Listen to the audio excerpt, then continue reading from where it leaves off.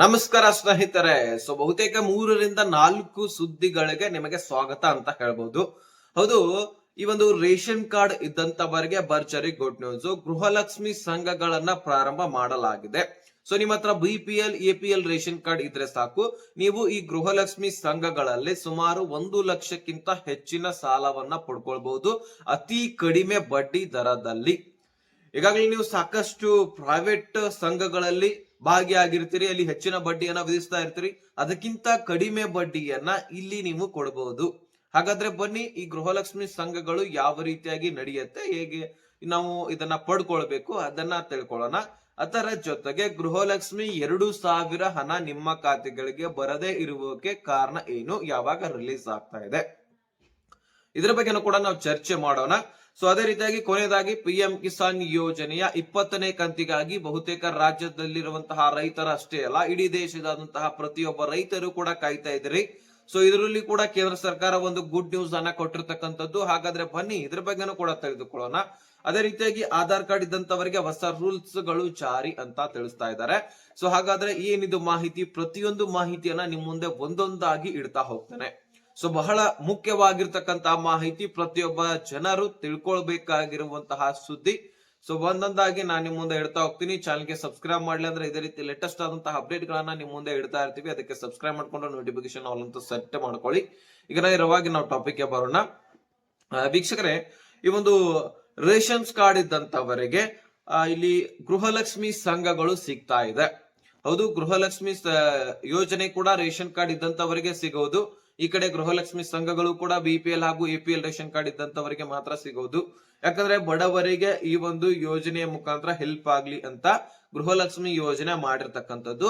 ಅದೇ ರೀತಿಯಾಗಿ ಗೃಹಲಕ್ಷ್ಮಿ ಸಂಘಗಳನ್ನು ಕೂಡ ಪ್ರಾರಂಭ ಮಾಡಿದ್ದೆ ಆದ್ರೆ ಇದರಿಂದ ಬಹಳಷ್ಟು ಬೆನಿಫಿಟ್ ಇಲ್ಲಿ ವಿಧವಾ ಮಹಿಳೆಯರಿಗೆ ಮುಖ್ಯವಾಗಿ ಹೆಲ್ಪ್ ಆಗುವಂತದ್ದು.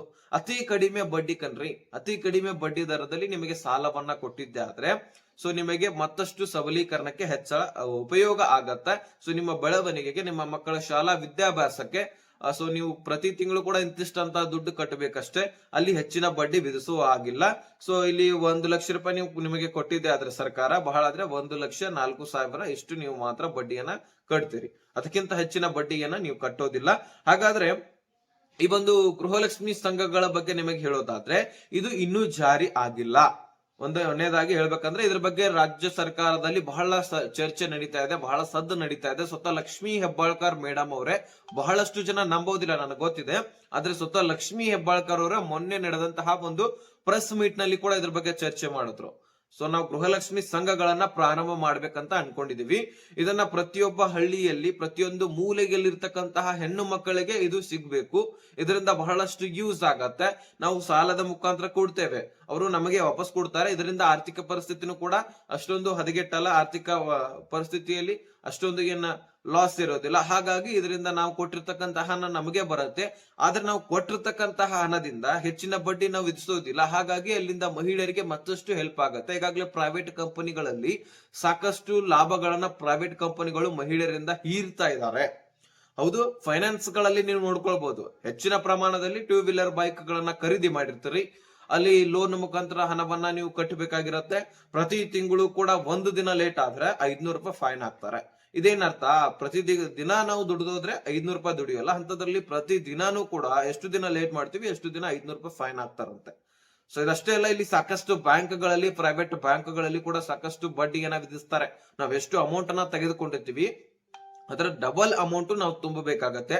ಹಾಗಾಗಿ ಈ ಒಂದು ಹೊರ ಸಾಲ ಬೇಡ, ಸರ್ಕಾರದ ಸಾಲವನ್ನ ಪಡ್ಕೊಂಡಿದ್ದೆ ಆದ್ರೆ ಇಲ್ಲಿ ಹೆಚ್ಚಿನ ನಮಗೆ ದುಡ್ಡು ಸಿಗುವಂತದ್ದು, ಕಡಿಮೆ ಬಡ್ಡಿ ದರದಲ್ಲಿ ನಾವು ಹಣವನ್ನ ಪಡ್ಕೊಂಡಂಗಾಗತ್ತೆ. ಅದಕ್ಕೋಸ್ಕರ ಗೃಹಲಕ್ಷ್ಮಿ ಸಂಘಗಳು ಬರೋದು ಬಹಳ ಮುಖ್ಯವಾಗಿರ್ತಕ್ಕಂಥದ್ದು. ಸರ್ಕಾರಕ್ಕೆ ನಮ್ಮ ಮನವಿ ಕೂಡ ಇರುತ್ತೆ, ಆದಷ್ಟು ಬೇಗ ಇದನ್ನ ಬಿಡುಗಡೆ ಮಾಡಿ. ಇದರಿಂದ ಹಳ್ಳಿಲಿ ಇರ್ತಕ್ಕಂತಹ ಬಡ ಮಹಿಳೆಯರಿಗೆ ತುಂಬಾನೇ ಹೆಲ್ಪ್ ಆಗತ್ತೆ. ಆದಷ್ಟು ಬೇಗ ರಿಲೀಸ್ ಮಾಡ್ತಕ್ಕಂತಹ ಸಾಧ್ಯತೆ ಇದೆ, ಅತಿ ಶೀಘ್ರದಲ್ಲಿ ಅಂತ ಅನ್ಕೊಳ್ಬಹುದು. ಇನ್ನೇನು ಕೆಲವೇ ದಿನಗಳಲ್ಲಿ ಈ ಒಂದು ಯೋಜನೆ ಜಾರಿ ಆಗತ್ತೆ, ಗೃಹಲಕ್ಷ್ಮಿ ಸಂಘಗಳು ಅಂತ. ಈ ಸಂಘಗಳು ಪ್ರತಿ ರಾಜ್ಯದಲ್ಲಿರ್ತಕ್ಕಂತಹ ಮೂಲೆಗೂ ಕೂಡ ಹೋಗುವಂತಹ ಸಾಧ್ಯತೆ ಇದೆ. ಒಂದೊಂದು ಜಿಲ್ಲೆಗಳಲ್ಲಿ ಇದನ್ನ ಟ್ರಯಲ್ ಮಾಡ್ತಾರೆ. ಮೊದಲನೇದಾಗಿ ತದನಂತರ ಮತ್ತೊಂದು ಜಿಲ್ಲೆಯಲ್ಲಿ, ಈ ರೀತಿ ಹಂತ ಹಂತವಾಗಿ ನಮ್ಮ ರಾಜ್ಯದಲ್ಲಿರ್ತಕ್ಕಂತಹ ಪ್ರತಿಯೊಂದು ಜಿಲ್ಲೆ, ಪ್ರತಿಯೊಂದು ತಾಲೂಕು, ಪ್ರತಿಯೊಂದು ಗ್ರಾಮ, ಪ್ರತಿಯೊಂದು ಹಳ್ಳಿ, ಪ್ರತಿಯೊಂದು ಮಹಿಳೆಯರಿಗೂ ಕೂಡ ಈ ಯೋಜನೆ ಸಿಗುವ ಹಾಗೆ ಮಾಡ್ತಾರೆ. ಸೊ ಇದೊಂದು ಒನ್ ಆಫ್ ದಿ ಮತ್ತೊಂದು ಬೆಸ್ಟ್ ಸ್ಕೀಮ್ ಅಂತ ಅನ್ಕೊಳ್ಬಹುದು. ಗೃಹಲಕ್ಷ್ಮಿ ಹಣ ಕೊಡುವುದು ತಡ ಆಗ್ತಾ ಇದೆ, ಆದ್ರೆ ಗೃಹಲಕ್ಷ್ಮಿ ಸಂಘಗಳಲ್ಲಿ ಕೊಟ್ಟಿರುವಂತಹ ಹಣ ವಾಪಸ್ ಕೊಡ್ಬೇಕಲ್ವಾ ನಾವು, ಅದಕ್ಕೋಸ್ಕರ ಈ ಯೋಜನೆ ಜಾರಿ ಆಗೇ ಆಗತ್ತೆ. ಸ್ವಲ್ಪ ದಿನ ತಡ್ಕೊಳ್ಳಿ ಮಾತ್ರ, ನಿಮಗೆ ಡೆಫಿನೆಟ್ಲಿ ಈ ಒಂದು ಯೋಜನೆ ಬಂದ ತಕ್ಷಣ ಇದರಿಂದ ನಿಮಗೆ ಹೆಚ್ಚಿನ ಮಾಹಿತಿಯನ್ನ ಕೊಡ್ತಾನೆ. ಸೊ ನಿಮ್ಮ ಮನೆಯ ಬಾಗಿಲಿಗೆ ಬಂದು ದುಡ್ಡನ್ನ ಕೊಡುವಂತಹ ಕೆಲಸ ರಾಜ್ಯ ಸರ್ಕಾರ ಮಾಡತ್ತೆ. ಹಾಗಾದ್ರೆ ಇನ್ನೊಂದು ಒಂದು ಮಾಹಿತಿ ಗೃಹಲಕ್ಷ್ಮಿ ಯೋಜನೆದು ನಾವು ತಿಳಿದುಕೊಳ್ಳೋಣ. ಇಲ್ಲಿ ಸರ್ಕಾರ ಸ್ವತಃ ಲಕ್ಷ್ಮಿ ಹೆಬ್ಬಾಳ್ಕರ್ ಅವರೇ ಹೇಳಿರ್ತಕ್ಕಂಥದ್ದು, ನಾವು 2,500 ಕೋಟಿ ಫಂಡ್ ಅನ್ನ ರಿಲೀಸ್ ಮಾಡಿಕೊಂಡಾಗಿದೆ, ಗ್ರಾಮ ಪಂಚಾಯಿತಿಗಳಿಗೆ ಹೋಗಿದೆ. ಗ್ರಾಮ ಪಂಚಾಯಿತಿಗಳಿಗೆ ಯಾಕೆ ಹೋಗಿದೆ ಅಂದ್ರೆ, ಮಹಿಳಾ ಮತ್ತು ಮಕ್ಕಳ ಕಲ್ಯಾಣ ಇಲಾಖೆದೆ ಸಾಕಷ್ಟು ಕೆಲಸ ಕಾರ್ಯಗಳು ಇರ್ತವೆ, ಹಾಗಾಗಿ ಅದನ್ನ ಗ್ರಾಮ ಪಂಚಾಯಿತಿಗೆ ಕಳಿಸಿ ಕೊಡಲಾಗಿದೆ. ಅಲ್ಲಿಂದ ವಾಪಸ್ ಮಹಿಳಾ ಮತ್ತು ಮಕ್ಕಳ ಕಲ್ಯಾಣ ಇಲಾಖೆಗೆ ಬಂದಿದ್ದಾದ್ರೆ ಅಲ್ಲಿಂದ ನಿಮ್ಮ ಖಾತೆಗಳಿಗೆ ಡೆಫಿನೆಟ್ಲಿ ಸ್ಪೀಡ್ ಆಗಿ ಹಣ ಜಮಾ ಮಾಡಿ ಕೊಡ್ತೇವೆ ಅಂತಕ್ಕಂತಹ ಸ್ಪಷ್ಟನೆಯನ್ನ ಇಲ್ಲಿ ಲಕ್ಷ್ಮಿ ಹೆಬ್ಬಾಳ್ಕರ್ ಅವರು ಕೊಟ್ಟಿದ್ರು ಮೊನ್ನೆನೆ. ಹಾಗಾದ್ರೆ ಇದೀಗನೇ ಮಹಿಳಾ ಮತ್ತು ಮಕ್ಕಳ ಅಭಿವೃದ್ಧಿ ಇಲಾಖೆಗೆ ಹಣ ಬಂದಾಗಿದೆ, ಇನ್ನು ನಿಮ್ಮ ಖಾತೆಗಳಿಗೆ ಜಮಾ ಮಾಡ್ತಕ್ಕಂತಹ ಪ್ರೊಸೆಸರ್ ಸ್ಟಾರ್ಟ್ ಆಗ್ತಾ ಇದೆ. ಸೊ ಅದಕ್ಕೋಸ್ಕರ ಯಾರು ಕೂಡ ವರಿ ಮಾಡ್ಕೊಳ್ಬೇಡಿ. ಗೃಹಲಕ್ಷ್ಮಿ ಯೋಜನೆಯಲ್ಲಿ ಸಾಕಷ್ಟು ಕಂತುಗಳನ್ನ ಹಾಕ್ಲಿಕ್ಕೆ ಡಿಲೇ ಮಾಡಿದ್ದಾರೆ, ಬರೀ ಇಲ್ಲಿ ಅಷ್ಟೇ ಆಗ್ತಾ ಇಲ್ಲ, ಸಾಕಷ್ಟು ಹಿಂದಿನ ಕಂತುಗಳಲ್ಲಿ ಕೂಡ ಆಗಿದಾವೆ, ಆದ್ರೆ ಅಮೌಂಟ್ ಹಾಕಿದ್ದಾರೆ, ಆದ್ರೆ ಯಾವ ಕಂತುಗಳನ್ನ ಮಿಸ್ ಮಾಡಿಲ್ಲ. ಸೊ ಅದಕ್ಕೋಸ್ಕರ ಹಿಂದಿನ ಕಂತುಗಳನ್ನ ಕೂಡ ನಿಮಗೆ ಹಾಕಿ ತದನಂತರ ಬೇರೆ ಕಂತುಗಳನ್ನ ಜಮಾ ಮಾಡುವಂತಹ ಪ್ರಯತ್ನ ಮಾಡ್ತಾರೆ. ಸೊ ಅಲ್ಲಿ ಯಾವುದೇ ರೀತಿ ಸಂಶಯ ಬೇಡ, ನಿಮ್ಮ ಹಣ ನಿಮ್ಮ ಖಾತೆಗಳಿಗೆ ನಾವು ಜಮಾ ಮಾಡ್ತೇವೆ ಅಂತಕ್ಕಂತಹ ಭರವಸೆಯನ್ನ ಸ್ವತಃ ಲಕ್ಷ್ಮಿ ಹೆಬ್ಬಾಳ್ಕರ್ ಅವರು ಕೊಟ್ಟಿದ್ದಾರೆ. ಅವ್ರು ಏನ್ ಹೇಳಿದಾರೆ ಮನೇನು ಕೂಡ ನಿಮ್ಗೆ ಒಂದು ಕ್ಲಿಪ್ ಮುಖಾಂತರ ತಿಳಿಸಿದೀನಿ. ಮತ್ತೆ ಬಹಳಷ್ಟು ಜನ 3 ತಿಂಗಳಿಗೊಮ್ಮೆ ಜಮಾ ಆಗುತ್ತೆ ಗೃಹಲಕ್ಷ್ಮಿ ಹಣ, ಇದರ ಒಂದು ಸುದ್ದಿಯನ್ನ ಕೇಳಿದ್ರಿ, ಆ ರೀತಿ ಏನು ಇಲ್ಲ. ಸ್ವತಃ ಲಕ್ಷ್ಮಿ ಹೆಬ್ಬಾಳ್ಕರ್ ಅವರು ಕೂಡ ಹೇಳಿದ್ರು, ನಾವು ಎಲೆಕ್ಷನ್ ಗಿಂತ ಪೂರ್ವವಾಗಿ ಗ್ಯಾರಂಟಿ ಯೋಜನೆಗಳನ್ನ ಘೋಷಣೆ ಮಾಡಿದ್ವಿ, ಆ ಘೋಷಣೆ ಮಾಡುವಂತಹ ಸಂದರ್ಭದಲ್ಲಿ ಪ್ರತಿ ತಿಂಗಳು ಕೂಡ ಕೊಡ್ತೇವೆ ಅಂತ ಹೇಳಿದ್ವಿ, ಹಾಗಾಗಿ ಈಗಲೂ ಕೂಡ ಹೇಳ್ತಾ ಇದೀವಿ, ಪ್ರತಿ ತಿಂಗಳು ಕೂಡ ನಾವು ಮಹಿಳೆಯರ ಖಾತೆಗೆ 2,000 ಹಣ ಜಮಾ ಮಾಡ್ತೇವೆ ಅಂತ ಸ್ವತಃ ಸ್ಪಷ್ಟನೆಯನ್ನ ಕೊಟ್ಟಿದ್ದಾರೆ. ಇದರಲ್ಲಿ ಸಂಶಯ ಬೆಲೆ ಇನ್ನೆರಡು ದಿನಗಳಲ್ಲಿ ನಿಮಗೆ ಕ್ಲಿಯರ್ ಆಗುವಂತಹ ಸಾಧ್ಯತೆ ಇದೆ, ಟೋಟಲಿ ಈ ವಾರದಲ್ಲಿ ಕ್ಲಿಯರ್ ಆಗತ್ತೆ ಅನ್ಕೊಳ್ಬಹುದು. ಇನ್ನು ಕೊನೆಯದಾಗಿ ಪಿಎಂ ಕಿಸಾನ್ ಯೋಜನೆ ಬಗ್ಗೆ, ಅದೇ ರೀತಿಯಾಗಿ ಆಧಾರ್ ಕಾರ್ಡ್ ಬಗ್ಗೆನೂ ಕೂಡ ನಾವು ತಿಳಿದುಕೊಳ್ಳೋಣ. ಪಿಎಂ ಕಿಸಾನ್ ಯೋಜನೆಯ ಬಗ್ಗೆ ಶಾರ್ಟ್ ಅಂಡ್ ಸ್ವೀಟ್ ಆಗಿ ಹೇಳ್ತೇನೆ. ಇದು ಜೂನ್ ನಲ್ಲಿ ಬರಬೇಕಾಗಿತ್ತು, ಜೂನ್ 20ನೇ ತಾರೀಕು ಸಾಕಷ್ಟು ಕಾರಣಾಂತರಗಳಿಂದ, ಡಾಕ್ಯುಮೆಂಟ್ಸ್ ವೆರಿಫಿಕೇಶನ್ ಮಾಡುವಂತಹ ಕಾರಣದಿಂದ ಅಂತ ಅನ್ಕೊಳ್ಬಹುದು. ಯಾಕಂದ್ರೆ ಸುಮಾರು 7 ಲಕ್ಷಕ್ಕಿಂತ ಹೆಚ್ಚಿನ ಫಲಾನುಭವಿಗಳನ್ನ ನಮ್ಮ ರಾಜ್ಯದಲ್ಲಿ ರೈತರನ್ನ ತೆಗೆದುಹಾಕಿದ್ದಾರೆ. ಹಾಗಾಗಿ ಈ ಒಂದು ಪಿಎಂ ಕಿಸಾನ್ ಯೋಜನೆ ಇದೆಲ್ಲ, ಸೊ ಇಲ್ಲಿ ನಿಮಗೆ ಸಾಕಷ್ಟು ಫಲಾನುಭವಿಗಳನ್ನ ತೆಗೆದುಹಾಕಿದ್ದಾರೆ. ಆ ವೆರಿಫಿಕೇಶನ್ ಮಾಡುವಂತಹ ಸಲುವಾಗಿ ಡಿಲೇ ಆಗಿದೆ. ಸುಮಾರು ಒಂದು ಕಂತಿನ ಹಣಕ್ಕಾಗಿ 20,000 ಕೋಟಿ ಹಣ ಬೇಕಾಗುತ್ತೆ. ಸೊ ಅಷ್ಟೊಂದು ಹಣವನ್ನ ಈಗಾಗಲೇ ಫಂಡ್ ಕೇಂದ್ರ ಸರ್ಕಾರದ ಬಳಿ ಏನು ಕಮ್ಮಿ ಇಲ್ಲ. ಸೊ ನಿಮ್ಮ ಖಾತೆಗಳಿಗೆ ಹಣ ಜಮಾ ಆಗುವುದು ಸ್ವಲ್ಪ ಈ ಒಂದು ಕಂತಿನಲ್ಲಿ ಮಾತ್ರ ಡಿಲೇ ಆಗಿದೆ. ಹಿಂದಿನ ಯಾವ ಕಂತುಗಳಲ್ಲಿ ಕೂಡ ಈ ರೀತಿ ಆಗಿಲ್ಲ, ಸ್ವಲ್ಪ ಕಾರಣಾಂತರಗಳಿಂದ ಡಿಲೇ ಆಗಿರುವಂತದ್ದು. ಸೊ ಇನ್ನು ನಿಮ್ಮ ಖಾತೆಗಳಿಗೆ ಈ ಒಂದು ಜುಲೈ ಮುಗಿಯುವುದರ ಒಳಗಾಗಿ ಜಮಾ ಆಗುವಂತಹ ಸಾಧ್ಯತೆ ಇದೆ. ಬಹುಶಃ ನಾಳೆ ಇಲ್ಲ ನಾಡದು ಬಿಡುಗಡೆ ಆಗುವಂತಹ ಸಾಧ್ಯತೆ ಇದೆ ಅಂತಕ್ಕಂತಹ ಹೇಳಿಕೆಗಳು ಕೇಳಿ ಬರ್ತಾ ಇದಾವೆ. ಆದ್ರೆ ಈ ಜುಲೈನಲ್ಲಿ ಮಾತ್ರ ಬರೋದು ಫಿಕ್ಸ್. ಗೂಗಲ್ ಅಲ್ಲಿ ಬೇಕಾದ್ರೆ ಹೋಗಿ ಸರ್ಚ್ ಮಾಡಬಹುದು ನೀವು, PM Kisan 20th instalment date ಅಂತ ಸರ್ಚ್ ಮಾಡಿದ್ರೆ ಸಾಕು, ನಿಮಗೆ ಗೊತ್ತಾಗತ್ತೆ. ಅಲ್ಲಿ ಡೇಟ್ ಕೂಡ ತೋರಿಸುತ್ತೆ, ಫಿಕ್ಸ್ ಮಾಡಿದ್ರೆ. ಇಲ್ಲಪ್ಪ ಅಂದ್ರೆ ಇದೇ ಜುಲೈ ಒಳಗಾಗಿ ಅಂತ ನಿಮ್ಗೆ ತೋರಿಸುತ್ತೆ. ಅಷ್ಟರೊಳಗೆ ನಿಮ್ಗೆ ಡೆಫಿನೆಟ್ಲಿ ಜಮಾ ಆಗುತ್ತೆ, ಅದರಲ್ಲಿ ವರಿ ಮಾಡ್ಕೊಳ್ಳುವಂತ ಅವಶ್ಯಕತೆ ಇಲ್ಲ. ಅಲ್ಲಿವರೆಗೂ ನೀವು ಆಧಾರ್ ಕಾರ್ಡ್ ಅಪ್ಡೇಟ್ ಅನ್ನ ಮಾಡಿಸ್ಕೊಂಡಿಲ್ಲ ಅಂದ್ರೆ ಅಪ್ಡೇಟ್ ಮಾಡಿಸ್ಕೊಳ್ಳಿ. ಆಧಾರ್ ಕಾರ್ಡ್ ಬಗ್ಗೆ ಇದೇ ಒಂದು ಮಾಹಿತಿ ಬಂದಿರತಕ್ಕಂಥದ್ದು. ಆಧಾರ್ ಕಾರ್ಡ್ ಮತ್ತೊಮ್ಮೆ ಅಪ್ಡೇಟ್ ಅನ್ನ ಮಾಡಿಸ್ಕೊಳ್ಬೇಕಂತ ಹೇಳಿದ್ದಾರೆ. ಅದರಲ್ಲಿ ಹಿರಿಯ ವ್ಯಕ್ತಿಗಳು ಯಾರ್ಯಾರು ತಂಬುಗಳನ್ನ ಕೊಟ್ಟಿರೋದಿಲ್ಲ, ಆ ಒಂದು ತಂಬನ್ನ ಮತ್ತೊಮ್ಮೆ ಹೋಗಿ ನೀವು ಸಬ್ಮಿಟ್ ಮಾಡಬೇಕು.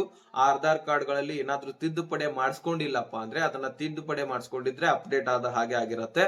ಒಂದು ವೇಳೆ ಯಾವುದೇ ರೀತಿ ಕ್ರಮವನ್ನ ನೀವು ಅಲ್ಲಿ ಕೈಗೊಂಡಿಲ್ಲ ಅಂದ್ರೆ ಆಧಾರ್ ಕಾರ್ಡ್ ಅಪ್ಡೇಟ್ ಮಾಡಿಸ್ಕೊಳ್ಳೇಬೇಕಂತ ಇಲ್ಲಿ ಕೇಂದ್ರ ಸರ್ಕಾರ ಅಷ್ಟೇ ಅಲ್ಲ ರಾಜ್ಯ ಸರ್ಕಾರವು ತಿಳಿಸಿದೆ. ಆಧಾರ್ ಕಾರ್ಡ್ ಗಳನ್ನ ಅಪ್ಡೇಟ್ ಮಾಡಿಸ್ಕೊಳ್ಳಿ.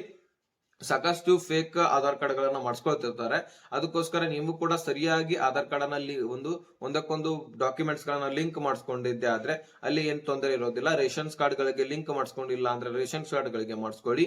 ಟೋಟಲಿ ಆಧಾರ್ ಕಾರ್ಡ್ ಪ್ರತಿಯೊಂದು ಡಾಕ್ಯುಮೆಂಟ್ಸ್ ಗಳಿಗೆ ಲಿಂಕ್ ಇರಬೇಕು. ಬ್ಯಾಂಕ್ ಪಾಸ್ಬುಕ್ ಆಗಿರ್ಲಿ, ಫ್ಯಾನ್ ಕಾರ್ಡ್ ಆಗಿರ್ಲಿ, ಈ ರೀತಿ ಸಾಕಷ್ಟು ಪಹಣಿಗಳಾಗಿರ್ಲಿ, ಇಂತಹ ಎಲ್ಲ ಲಿಂಕ್ ಇದ್ರೆ ನಿಮ್ಗೆ ಯೋಜನೆಗಳು ಸಿಗತ್ತೆ, ಅಥವಾ ನೀವೇ ಇದೀರಾ ಅಂತಕ್ಕಂತಹ ಪ್ರೂಫ್ ಸಿಗತ್ತೆ. ನಿಮ್ಮ ಹೊಲ ಗದ್ದೆಗಳಾಗಿರ್ಲಿ, ಮನೆಗಳಾಗಿರ್ಲಿ, ಆಸ್ತಿ ಪಾಸ್ತಿಗಳು ಏನು ಮತ್ತೊಬ್ಬರು ಬಂದು ಲಪ್ಟಾಯಿಸ್ಕೊಂಡು ಹೋಗ್ಲಿಕ್ಕೆ ಸಾಧ್ಯ ಆಗೋದಿಲ್ಲ. ಅದಕ್ಕೋಸ್ಕರ ಈ ಕೆಲಸ ಮುಖ್ಯವಾಗಿ ಪ್ರತಿಯೊಬ್ರು ಕೂಡ ಮಾಡಿ.